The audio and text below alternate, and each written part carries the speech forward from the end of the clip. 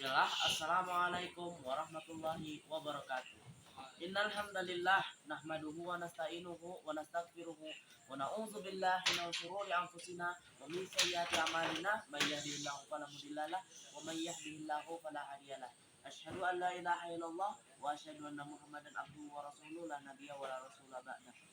Di kesempatan kali ini saya akan menjelaskan atau memberitahukan tentang syarat-syarat diterimanya ibadah.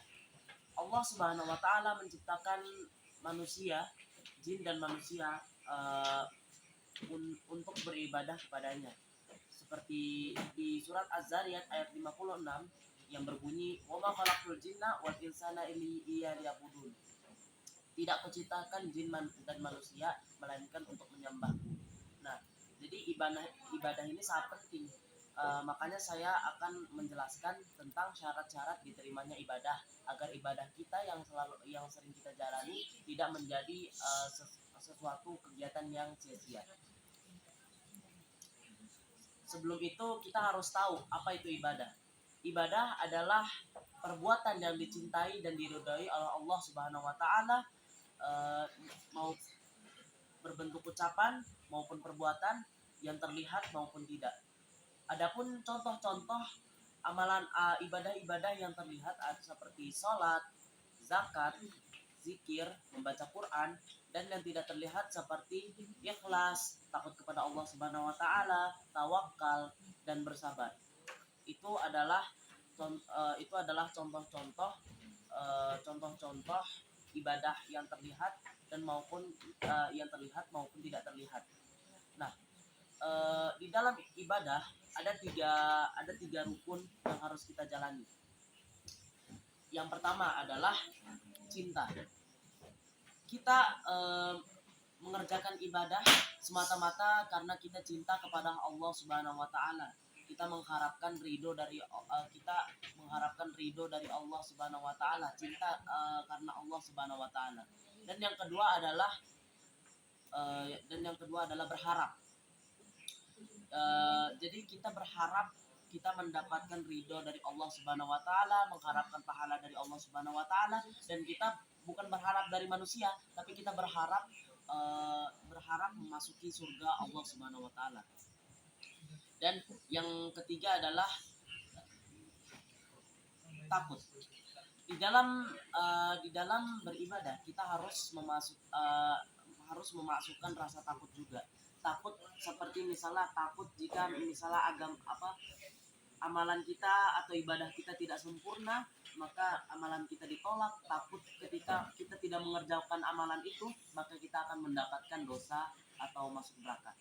Nah, itu contoh yang takut tadi. Jadi ada tiga ya. Yang pertama adalah cinta, yang kedua adalah berharap, yang ketiga adalah takut.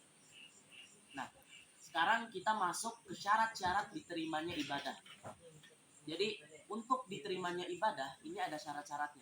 Yang pertama adalah muttaba'ah.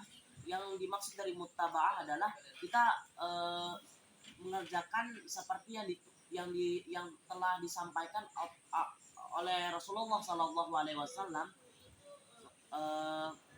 Jadi kita beribadah sesuai ajaran beliau, yaitu Rasulullah Sallallahu Alaihi Wasallam. Bukan seperti misalnya zikir pagi sore, sholat, atau macam-macam yang lain. Nah, kita tidak boleh membuat ajaran-ajaran baru seperti zikir pagi petang diganti jadi zikir malam, atau perbuatan-perbuatan yang tidak diajarkan dan tidak dicontohkan oleh Allah Subhanahu wa taala. Yang kedua adalah ikhlas. Yang dimaksud dari ikhlas adalah kita itu ikhlas kepada Allah Subhanahu wa taala. Bukan kita beribadah bukan kita mengharapkan pujian dari seseorang. Misalnya pujian, wah, masya Allah, kamu ini soleh sekali, kamu mengerjakan amalan itu. Bukan itu yang kita harapkan. Tapi yang kita harapkan adalah surga Allah Subhanahu wa taala dan pahala Allah. Jadi kita ikhlas mengerjakan ibadah untuk ikhlas, niatnya ikhlas kepada Allah Subhanahu wa taala. Karena sesungguhnya pujian-pujian itu tidak akan bisa menyelamatkan kita di akhirat nanti. Yang bisa menyelamatkan kita adalah Allah Subhanahu wa taala. Nah, Itu tadi yang bisa saya jelaskan tentang syarat-syarat diterimanya ibadah, amalan ibadah. Mohon maaf jika di penjelasan tadi saya memiliki kesalahan, dan jika ada kebenaran itu semata-mata dari Allah Subhanahu wa taala. Saya tutup penjelasan saya dengan membaca kafaratul majelis dan salam. Subhanakallahumma wa bihamdika asyhadu an la ilaha illa anta astaghfiruka wa atubu ilaik. Assalamualaikum warahmatullahi wabarakatuh.